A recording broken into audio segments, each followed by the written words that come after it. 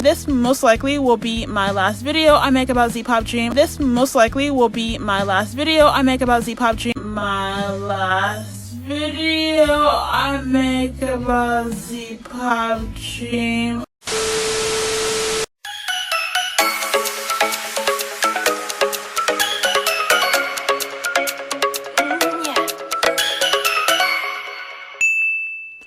Hey guys, I know it's been a while since my last video, like a good few months since my last video. Well, I started my fall semester and it happens to be one of my last remaining semesters I have until I graduate, which yikes. And I thought I would have time to make more videos during the course of my semester, but that obviously just did not happen, and I ultimately decided to focus more on school. But I'm going to be on break soon, and the only thing I'll have to worry about is my internship, so I should have much more time to make more videos. And I hope to be also more active on my Instagram, since I kind of abandoned it during my absence, and also to be more vocal on Twitter, since I'm trying to stop just retweeting everything I see on Twitter. So if you don't follow me already, I will have my Instagram and my Twitter up on the screens and also linked down below. So if you have any video ideas or you want to be part of my next video, you can just follow me there. By now you have already seen the title of this video, and yes, we are going to be talking about Zpop Dream again. Oh Lord, again, again.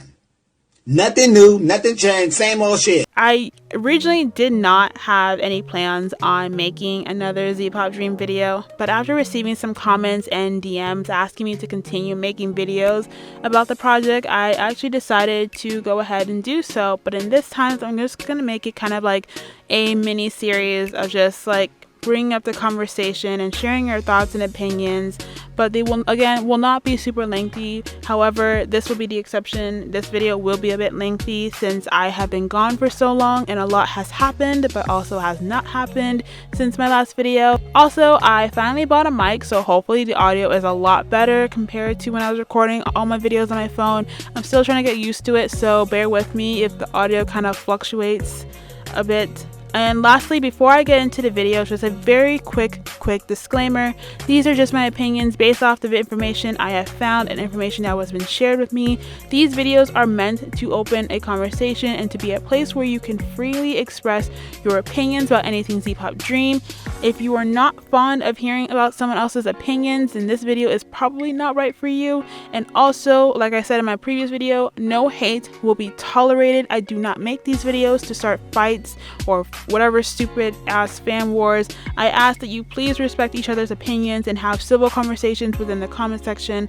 Also, I am going to mention the activities and appearances that the group did in order of date and or month, and any extra information like my previous videos will be captioned on the video as well. So please wait until the end of the video before commenting anything that I have maybe forgotten or did not include in this video.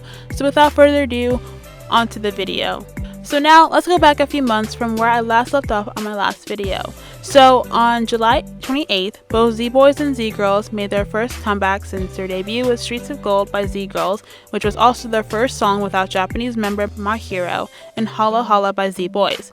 The company also released a music video for the subunit Z-Girls TPI, which included Vanya, Belle, and Carlin for their song Fire Flame. The company announced and released their schedules for this round of promotions for both groups, which showed that they would be promoting in the same 3 countries that they promoted in during their debut era, which included the Philippines, Indonesia, and Vietnam. However, this time around, it was also announced that they would be promoting in Korea for the first time as a debut group, which caused some fans to have mixed emotions. Then on August 2nd, Zenith announced that Z-Stars would be partaking in 2 showcases on August 8th, one mainly for press, which is very common for groups to do, and the second a fan concert / showcase where fans would be able to interact with both groups as well as participate in a fan sign.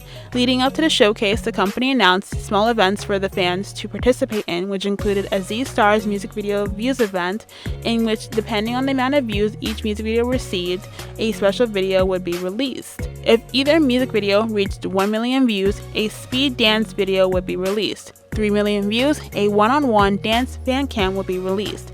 5 million views, a selfie self music video would be released, and 7 million views, a funny costume dance video would be released. However, both groups were not able to fully complete each and every milestone goal. As it currently stands, during the making of this video, Z-Girls Streets of Gold reached 3.5 million views, in which a speed dance version of the girls was released, as well as a one-on-one dance fan cam of Vanya was also released. The boys' music video reached 2.2 million views, and for them, only a speed dance version was released. However, it is still a big deal for both groups to have reached such a high music video view count, so despite the views they received, they still did an amazing job. Along with the music video views event, the company had fans partake in a 10 million hearts mission, which essentially encouraged fans to give the group hearts on the company V Live channel on the V app, in which they succeeded in that mission. The company also released the final episodes of 𝕟 Korea with the girls and Let's Go Z Boys, as well as the behind the scenes of the music video shooting for both groups, as well as the performance version of both songs. Then finally, on August 8th, the showcase began located at the Art Hall in Seoul. The press showcase was streamed on the V app, and the group performed their songs and answered questions given by the press, and Jungkook also participated in the Q&A section. The fan showcase started soon after the press showcase, which was limited to only 150 fans, first come first serve, and fans that came to the showcase had to sign in before entering. I should also mention that during all this, Mahiro was still on hiatus, so she did not participate in the showcase. Now, I am not going to go into every single detail within the showcase, but I will go over a few things that was said. The members talked about the concepts for each song and expressed their goals as well as their inspirations, which range from Taeyeon of SNSD, Yunho of TVXQ, and of course BTS. Vanya also explained that Fire Flame was originally suggested for her and Carlin as a unit, but Belle was later on added to form TPI. Joanne talked about her struggles as being the tallest member of the group by saying, "My height is 173. This is an advantage given by my parents, but due to the height difference with the other members, it is quite huge, so it's not easy for me to participate in choreography." And lastly, both groups expressed their wishes to go on shows such as Running Man, Idol School, and Salty Tour. Kang Joon also stated his detailed plan for the future of the group. He went on to say, "These are friends who have come to Korea to learn about K-pop as representatives of their country. Currently, the first generation members come from 7 countries. In the future, we will raise the number of countries to 10, 12, and continue to conduct 2nd, 3rd, 4th generations." He also added, if there is a Korean member, it may be misunderstood that the other members are just the background. Therefore, the first generation only includes members from Asia. He also expressed his wishes to conduct a second Zpop Dream concert similar to the one held back in February of 2019. However, Kang Joon also expressed disappointment that came with their upcoming promotions in Korea. He went on to say, "Creating a completely multicultural K-pop group wasn't easy. There are so many aspects that we lack compared to other K-pop acts, and we faced a lot of language barriers in training and creating the group. Although many of the members are able to speak considerable Korean, such as Joanne and Priyanka, the challenges continued. Ironically, it is Korea where the group faces some of its biggest barriers. We really want to appear on Korean TV music programs, but the barriers for entry are too high. I've been working in the industry for 30 years and have many connections, but music shows tell us they want K-pop and Korean songs and that our groups don't fit in. I disagree with what they say. If in other countries television shows broadcast people of diverse cultures, why must we sing only Korean songs here?" Following the showcase, both Z-Boys and Z-Girls would go live on the V Live app very frequently, and as well as I believe the Glitsy app as well. The girls also made an appearance on Arirang Radio. Both groups were able to perform at the Songdo Beer Festival. However, fans raised concern for whether or not Belle and Blink would be able to participate in the performance since they were under the legal drinking age in Korea. However, based off the fan cams of the performance, both of them were able to perform. After the Beer Festival performance, there were no announcements of any upcoming schedules for the group as a whole, and towards the end of August/early September, both groups were on their way to Indonesia for their Indonesian promotions. This is one of those situations where a lot just did not happen or work out well for the groups and the company. I want to first go back to something that Jungkook said, where he questioned why they had to sing songs in Korean in Korea but not in other countries. However, in my opinion, it makes sense why they would have to. In fact, when the group was first announced, this was a concern that many people had in terms of the group when people originally thought that the group was going to primarily promote in Korea. However, people brought up that during the time the group was first introduced, that there was a possible rule that a group song had to be mainly in Korean. And the thing about Z-Girls and Z-Boys is that the company made it very clear early on that the group was not a K-pop group and that their songs would be in English, and by doing so, they already separate themselves from the K-pop industry. And even though they are based off the K-pop system, by them doing that, they're automatically not seen as a K-pop group. And since K-pop is recognized in Korea and certain shows made themselves in this case primarily for K-pop artists, and because these stars don't sing in Korean or call themselves a K-pop group, they're most likely seen as an international group despite being under a Korean company. And I feel like this is one of the reasons why singers and groups such as Lana and EXP, in which none of them are Korean, are able to get the okay to perform on music stages, because they either labeled as a K-pop group and or singer by their companies, and or because of the fact that they're singing in Korean. And even though some of us may not see them as a K-pop group and or singer, if that's what their company labels them as, that is probably enough for them to get the okay to be on those stages. And I understand that the music shows, by having these rules, makes it harder for Z-stars to promote. However, at the same time, Zenith also had a hand in creating that barrier, as well as making it a bit more challenging to promote themselves as well, due to the fact that they already separated themselves from the K-pop industry by primarily sticking to the label Z-pop. And even though by promoting in Korea they are up against other groups and having to use K-pop in order to bring more attention to themselves, they ultimately are in their own separate lane from K-pop groups due to labeling themselves as Z-pop. And in those terms, they have to pave their own way to hopefully bring more attention to Z-pop and allow for Z-pop to be recognized more within the public. I have also seen people bring up that there have been international artists such as Lady Gaga who have been able to perform on Mnet stages, but you have to remember that she and other international artists were able to do so because they were invited guests and were asked to perform. Now, let's say that the only reason why Z-boys and Z-girls were not able to perform on music stages was because their song was just not in Korean. Again, this is just an example. Then in that case, having a Korean version would have done a lot of good for them. It would have created an interest and draw more eyes to the group and the company, and it could have brought in more fans for them. And then later on, they could have explained more about the concept and what they're going for, due to the fact now that they already had people's attention due to having a song in Korean. And it wouldn't be a bad idea, nor going against the original concept, and it wouldn't be too much for them since both groups are already learning and or know some Korean. Now, I just want to talk about adding a Korean member briefly since it was brought up in the showcase. So based off what Kang said, there's a possibility that second generation and onward could have a Korean member, and that the first generation Z-stars were just most likely a test to see what it would be like not to have a Korean member.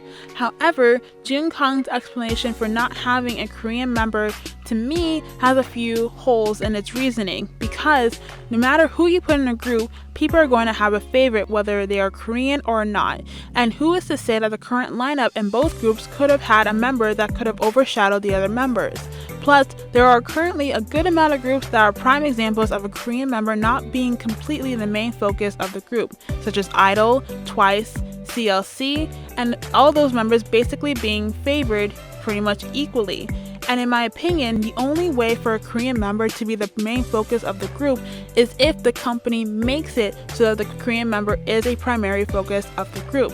And we've seen it happen with i.o.i, Dia, and at times Blackpink, where the company puts a focus on one particular member. So let's say if Mahiro didn't come back to Z-Girls and was replaced with a Korean member, that member isn't just all of a sudden going to take over the group just because they're Korean, because at that time people are already going to have their favorites unless the company shifts the focus to that member. And some can even argue with that with the current lineup now, the company tends to have the main focus be on one or more members rather than the rest. Now, one thing I wish the company would have done with both groups, due to the fact of not being able to go on music programs, was to have the group do busking events, just like they did for Z-Girls when the group was first announced. Because busking has helped some groups gain attention to themselves. You've had the likes of Teen Top, Oh My Girl, CLC, and a.c.e do busking events to promote themselves.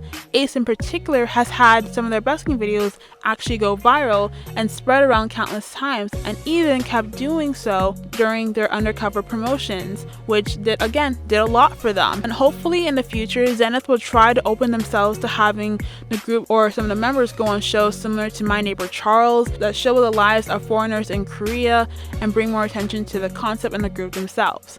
But for now, that's just my thoughts on that, and I'm going to move on to their promotions in Indonesia, the Philippines, and Vietnam.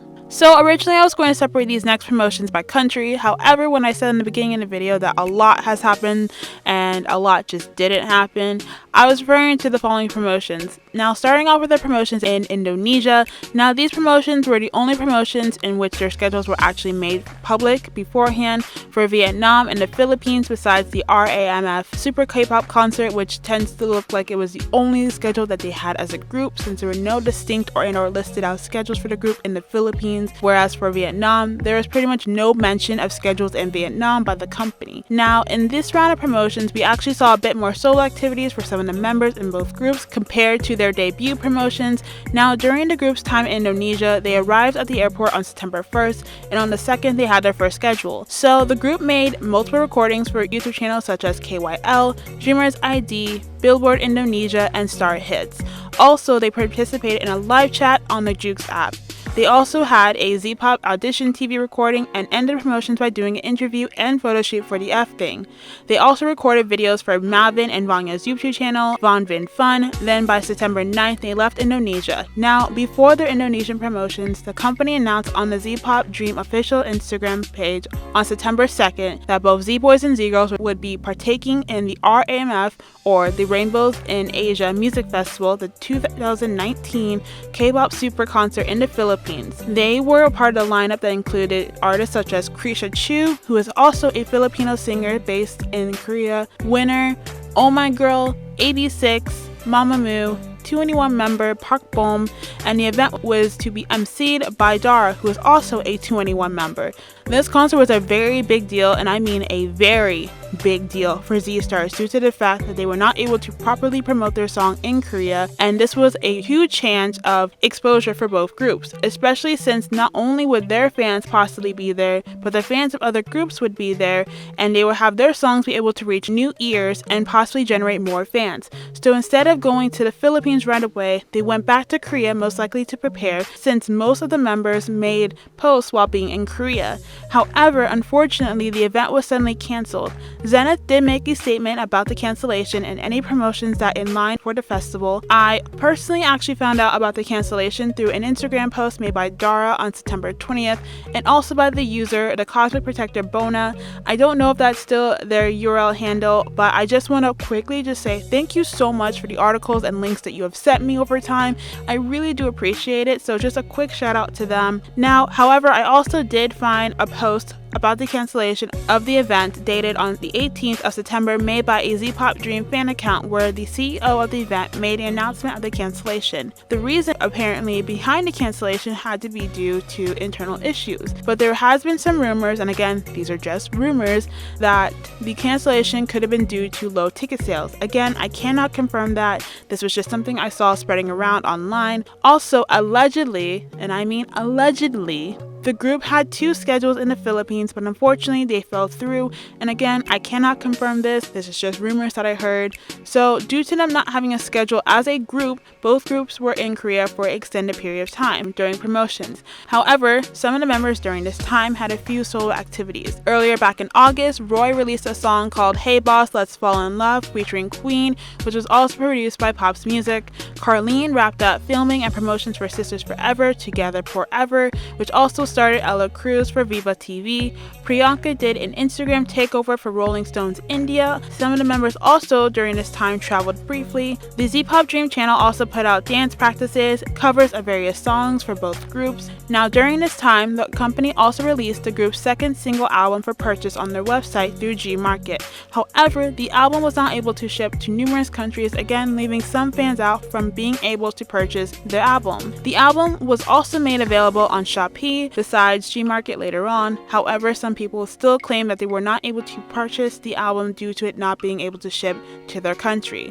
The girls also performed at their first military festa in October, in which they performed their 2 songs as well as covers. But overall, the group seemed to be enjoying some time off. People also did question whether or not Mahiro was coming back to the group, and if so, when, in which the company remained quiet about the topic and did not make any updates about Mahiro's absence. Mahiro during her time seemed to just be spending time with her friends, focusing on resting, and well, just basically living her life and replying to fans here and there and keeping them updated with things that she did on certain days. She also attended an N46 concert, which was also the graduation for one of the members, and reunited with N46 members while still in Japan. Then, on November 13th, Zpop Dream posted upcoming schedules for promotions in Thailand, and also Mahiro announced that she would be a part of these promotions in Thailand, which I'm also personally happy to see her back, just as many others who swarmed her comment section on her post welcoming her back to the group. Now, I didn't see an official statement made by the company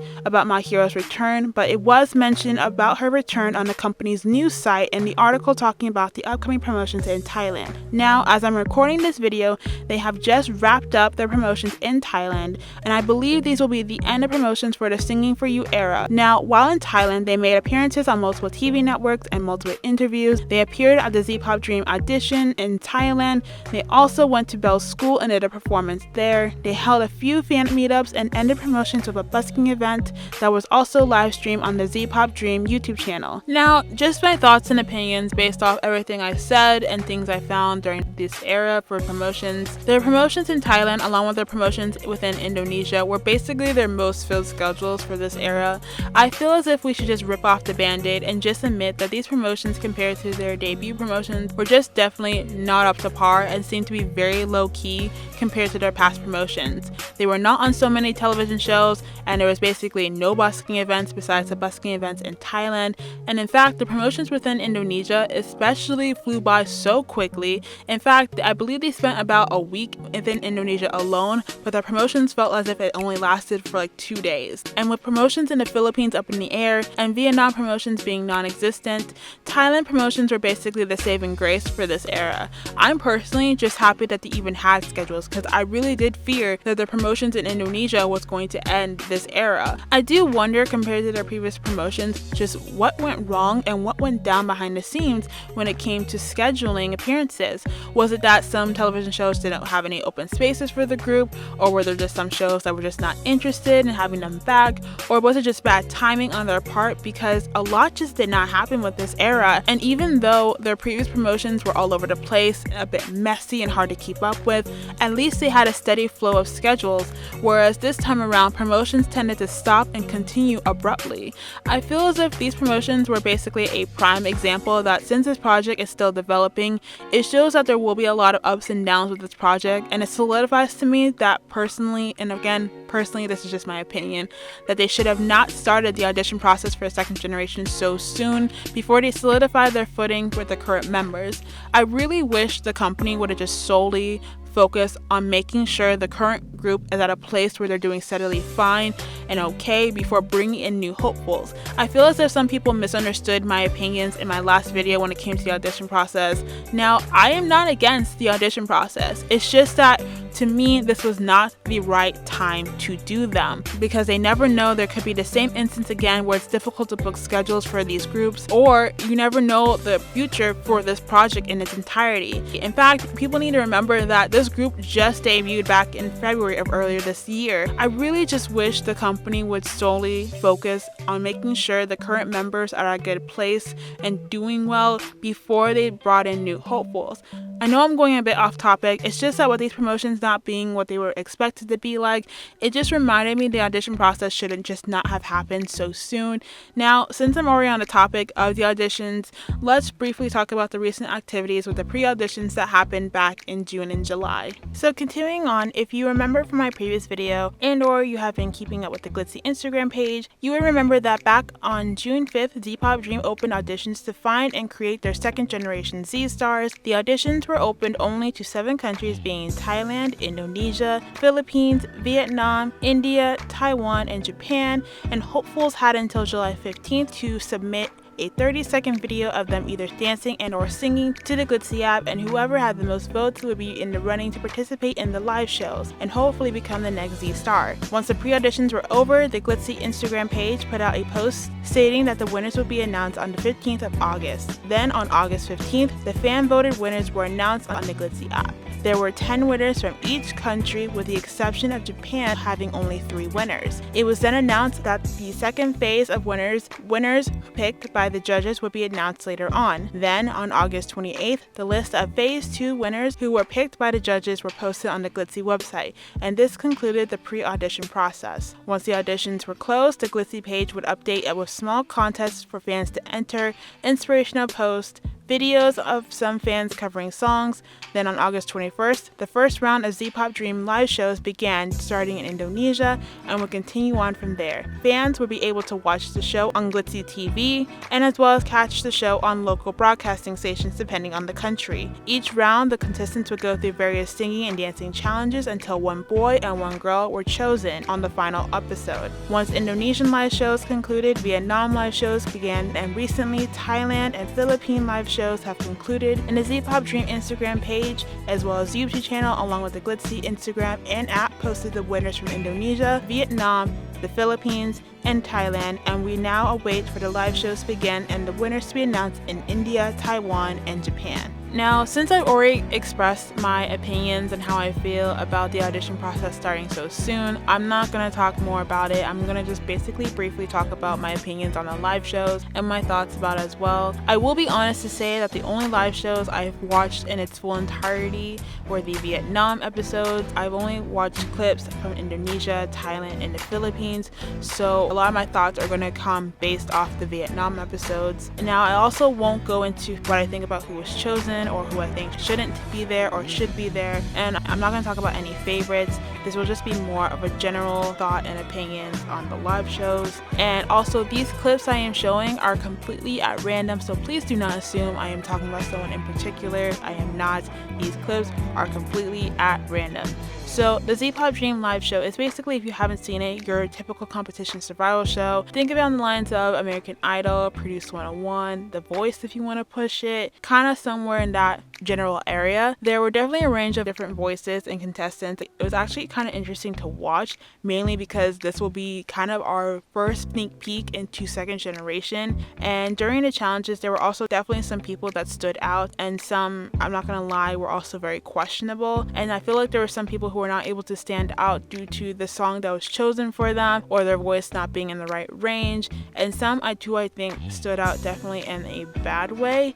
But there were also definitely some underdogs, and some people I was very surprised to see make it as far as they did. It also makes it a bit more interesting to see if there will be any differences in the countries when the show is being broadcasted in that country. I'm probably the most curious of the process that's going to be held in Japan, if there even is going to be a live shows in Japan, since based off the fan voting, there were only 3 people chosen, and I didn't really see that many on the judges' pick list, so I wonder if they're going to actively search for more before the show starts, or if this is going to be a private member picking, which wouldn't be surprising since the Japanese members in this generation were hidden when the group was first announced, so they may have second generation Japanese members hidden again, but we'll have to see later down the road. But overall, it was interesting to see the process of second generation being made in the first 4 countries, and it also kind of made it really surreal knowing that this is the next generation that will be coming after first generation, and it has the wheels in my head turning, wondering what kind of concept they might go for. And it was interesting just seeing right now the group slowly being built, but I'm also very interested to see how the process goes in the next remaining countries as well. So before I move on to closing my thoughts and opinions, I want to talk about Zenith, and no, my thoughts on the company have not changed, but I do want to talk about Zenith again as a company as a whole, since the company itself went through a few changes over the past few months. But before I can talk about the changes in the company, it's best for me to talk about Zenith's past groups, since some people didn't even know that Zenith had groups before Zpop Dream even started. So going back in the company's history, the groups the company had before Zpop Dream even started, they previously had 4 groups, 5 if you want to count a subunit. I mentioned them briefly in my last Zpop Dream video, but didn't go into full detail within each group. The groups were Zest, Zest Z, which was a subunit of Zest, Lip Bubble, Wannabe, and Lulaz. Each of these groups went through their own struggle under the company due to bad promotions, lack of comebacks, and other internal issues. Starting with Zest.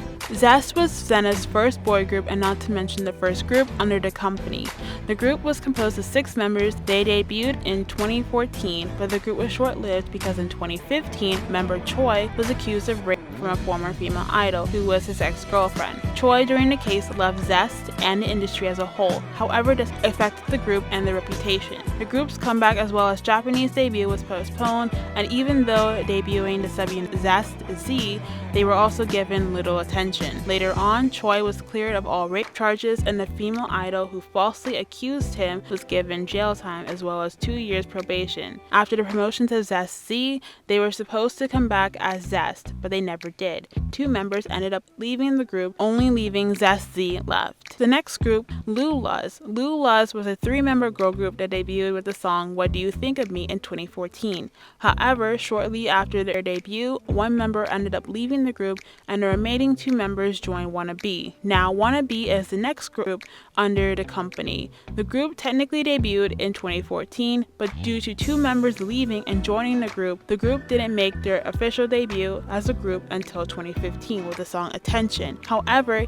even after their debut, they had a member leave the group and the member was replaced by 3 new members. The group has had in total 6 former members before reaching their current lineup. 𝕆𝕚𝕄𝕟 has also had some highs and lows while being active. Some of the highs being Attention becoming their first music video to reach 1 million views, Lena, who is the most recent new member, and the older sister of Girls' Day member Mina gaining attention for covering the song Something by Girls' Day on I Can See Your Voice 4, in which her sister Mina also made a surprise appearance during the performance, and member Sejin gaining attention from her solo promotions in 2018. However, due to the company underpromoting them during their highs, the group faced difficulty gaining any popularity, especially with members coming and going from the group. And to make matters worse, after their comeback in 2016, the group didn't have a comeback until February of 2019, meaning the group was on a hiatus for 3 years. And since their 𝕆𝕚𝕟 promotions from earlier this year, they haven't had any promotions since. It was also said that if 𝕆𝕚𝕟 did well, in which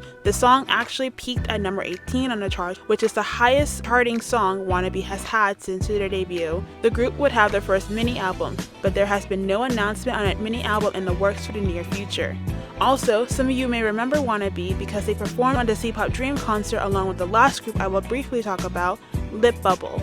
Now finally, 𝕆𝕚𝕟. 𝕆𝕚𝕟 was a 7-member girl group. They were also the 3rd girl group Zenith had and the last K-pop group Zenith had under their company before the arrival of Zpop Dream. They debuted in 2017 with the song Popcorn. However, they quickly became the center of controversy after the company and the group were accused of plagiarizing Twice and Red Velvet, but more specifically Twice's cheer up concept due to similar outfits and choreography. Fans tried to defend 𝕆𝕚𝕟 by debunking the accusations and explain that the company is the one to blame. However, the damage was done due to the influx of rude comments and backlash the group received due to the controversy. Even after the controversy, the group had a few more accusations thrown at them in terms of plagiarizing. The group ended up losing 3 members, leaving them on a 4-member lineup. Before their comeback in 2018, they ended up losing 1 more member and gaining 3 more, and then they came back with the song Yellow Pink. Now some of you may remember the group because they also performed at the Zpop Dream concert along with 𝕆𝕚𝕟, which was also their last schedule they had as a group after the Yellow Pink promotions in 2018. However, the group performed as a 4-member group with 4 members absent in the performance, in which later on it was confirmed that the 4 members absent had actually left the group. Then on May 20th, 2019, Zenith announced that the group disbanded. Now, you're probably wondering why I'm mentioning Zenith's past groups. Well, on the company's website for a while now, the company has, of course, have listed their current artists, which included Zest Z, 𝕆𝕚𝕟, and of course, Z-Stars. 𝕆𝕚𝕟 was removed earlier since it was announced that they have disbanded. However, now, the company has removed Zest Z and 𝕆𝕚𝕟. For a while now, fans have suspected that Zest Z had quietly disbanded due to lack of promotions or any activity coming from the group for a while now. However, with 𝕆𝕚𝕟 having promoted earlier this year, this meant that the group also may have quietly disbanded or was ultimately let go by the company. The company also left a space for future Z-Stars, meaning now that the company is most likely making full strides into becoming a fully Z-pop company, and also ultimately most likely removing themselves from the K-pop market. Now, I do have an opinion about how I feel about 𝕆𝕚𝕟 ultimately being let go or quietly disbanding, but because this video is about Z-Stars, I will not get into that, maybe for a future video, but for right now, I won't get into it. Now, with the company most likely making full strides strides in becoming a Z-pop company, this could mean that they ultimately let Wannabe go or had Wannabe quietly disband due to cost, since they are still a small company and may want to fully invest into Z-pop instead, and hoping to grow from there. Now that second generation is in the process of being made, my question still stands on what will be the future of first generation. Now, I have raised this question in my past videos, and I have seen some people discuss it as well, and I've seen a variety of answers. I've seen some people worry that second generation would ultimately replace first generation, like a graduation/generational system, which generation groups and groups with graduation systems are very common, especially with Japanese groups such as Morning Musume, AKB48, and N46, and K-pop groups such as Nine Muses, After School, and rotational groups such as NCT. I've seen some people say that first generation would focus more on solo activities, while the primary focus will be on second generation, which would ultimately mean that first generation would be on hiatus group-wise until further notice. For me personally, I really do wonder what the company would do, especially since the boys and the girls promote together. I kind of suspect for the time being that it may end up being a back and forth situation in which one generation will promote while the other one is on break. But then I wonder how that would go about when they add more generations, because with adding more generations, it would become extremely difficult to promote all of them back to back or at the same time. The thing I would hate the most to see is first generation disband to make room for second generation. And to be honest, if Zenith did decide to do that, I think it would be by far the worst idea the company has had. Mainly because, as it's been made known, some people just do not, and I mean do not, do well with temporary groups. I mean, look at the past Produce 101 groups, for example. They promote for a certain amount of time, fans get attached to them just to see them disband later on, which always comes with some type of outcry from the fans hoping that the group would stay together. And with first generation, I do not see a disbandment going over so well with their fans, so I hope that does not happen. However, it kind of annoys me because, again, this group literally just debuted back in February, and there's already being talks about them being replaced, and it hasn't even been a full year yet, and the company has yet to even solidify their footing with this project, and they are already wanting to move on to another generation, and I just find that completely ridiculous. I would understand adding a new generation maybe after 2 years minimum, but to start the process just after a year is just, to me, too soon. And I fully know that second generation, once made, would go through the training process for at least a year. However, I still don't think they should have even started the process so soon. I wish Zenith would have clarified this beforehand instead of just leaving it up in the air for fans to have to wait and see. So I'm hoping Zenith will make some type of statement that will clarify this so fans have one clear, distinct answer. But unfortunately, for the time being, we'll just have to wait and see and hope that Zenith addresses the situation later down the road. So now let's talk about a few recent events. So what has recently happened with the project? Now, in recent time, with the conclusion of promotions in Thailand, Zenith announced that Z-Stars will be coming out with a Christmas single called It's Christmas on November 26th on their Instagram page as a gift for fans and also to get fans, of course, into the Christmas spirit. They released a few teaser photos beforehand, and then on November 30th/December 1st, they released a music video for It's Christmas along with the single. They also held a tagging event where 14 winners would receive a Z-Stars photo card. Then on December 3rd, Zenith opened the official Zpop Dreams store, where fans would be able to purchase the Singing for You's second mini album, as well as their first mini album, and the boy and girl versions of their Christmas single, along with sample images of possible fan goods that might be made available in the near future. Vanya attended the welcoming dinner of the Republic of Korea Commemorative Summit. She, along with Carlene, also appeared on episodes of the Glitsy Level Up series on the Glitsy app. Z-Girls and Z-Boys were also scheduled to be on Auditions Radio, in which this would be the first time that Z-Boys have guested. However, for the schedule, only certain members were present for the schedule. For the boys, the ones present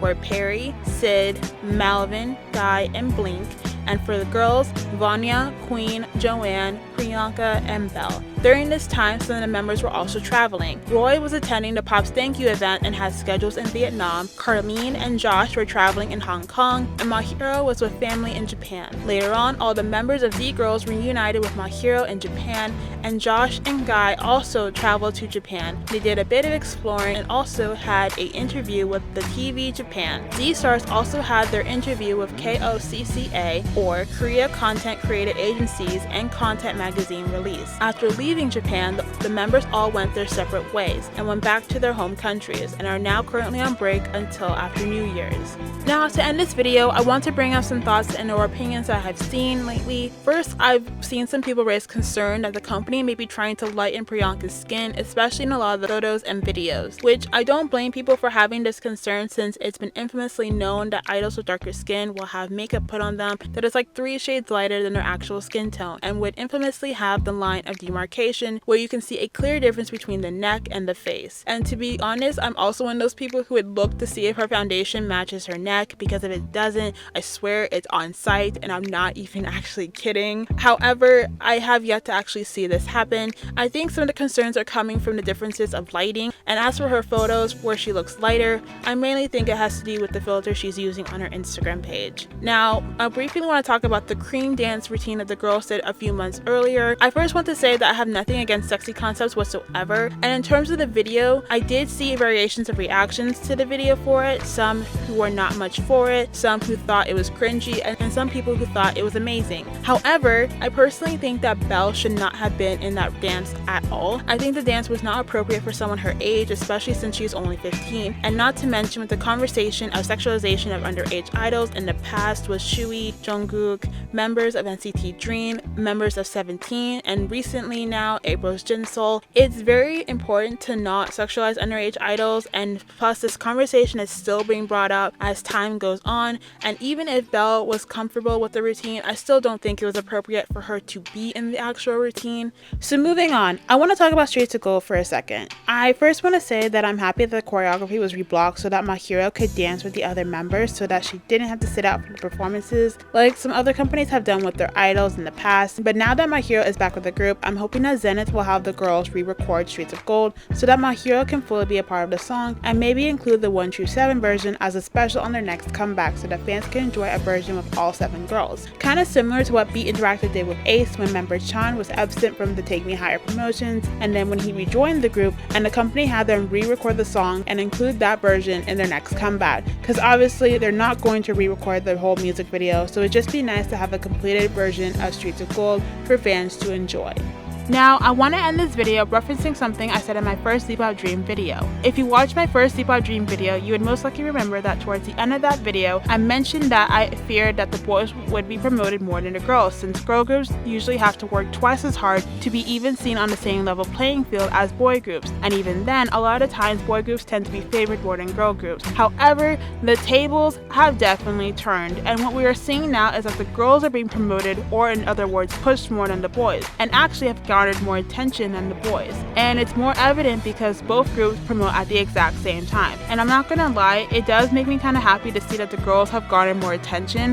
However, it also makes me feel bad for the boys, and it also makes me think that Zenith is not promoting the boys enough or giving them enough opportunity for them to gain more attention either. Zenith really isn't the best when it comes to promoting their groups. However, I wish that Zenith would try to bring more attention to the boys, or give the boys more opportunities. But at the same time, I try to remember that you can't meet a demand when there isn't one in the first place. So if there is a bigger demand for the girls than the boys, then of course Zenith is going to push the girls more than the boys. But at the same time, I wish that Zenith would create a demand for the boys, because I do see it getting to a point where there's going to be one clear bias over another. But again, this is just my opinion, but I would like to hear what you guys think about it, as well as your thoughts on anything that I spoke about in this video, or anything in general that has happened with the project so far, and what do you guys think about the upcoming second generation. But I'm going to end my video here. Thank you so much for watching if you got this far. I really didn't plan for this video to be so long, but since I've been gone for a few months now, it was pretty much bound to happen. So again, please be respectful to one another in the comment section, because we are all not going to agree on the same thing, but the least we can do is to be respectful to one another. I will continue doing videos on Zpop Dream as a little series based on any future developments in the project, and hopefully they will not be